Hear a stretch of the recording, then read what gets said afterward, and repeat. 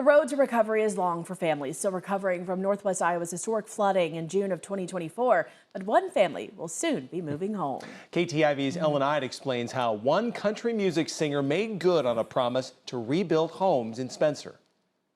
A split-second decision is now offering one family a fresh start. I'd like to give a free Faster Horses concert to the town of Spencer, if you guys will have us. We were opening for Trace Atkins at the Clay County Fair, and I was getting ready for our walk-on song, and I was in the way back of the bleachers, and they were showing all the Jumbotron footage of what had happened. A 22-foot river crest damaged more than 40% of Spencer, Iowa's homes and displaced hundreds of people. It came all into perspective for me. I didn't really know what had happened, and I made a spur-of-the-moment decision to tell the crowd that we were going to come back and we were going to help with a concert. Last June, the Faster Horses Flood Relief Festival raised about $250,000 in monetary and material donations, enough to build 2 homes in collaboration with Northwest Iowa Corridor Habitat for Humanity. Obviously, it's great for the city of Spencer to be bringing back residents into their community.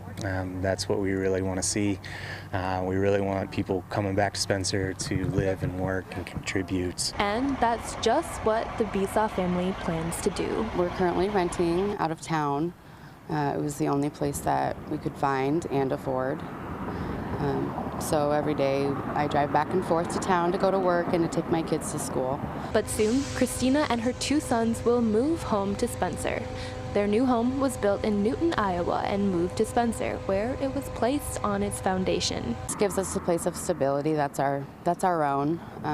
It gets us back into our community where we've always been. What started as an impulsive decision at a county fair has given the Besaw family exactly what it needed most: a place to call home.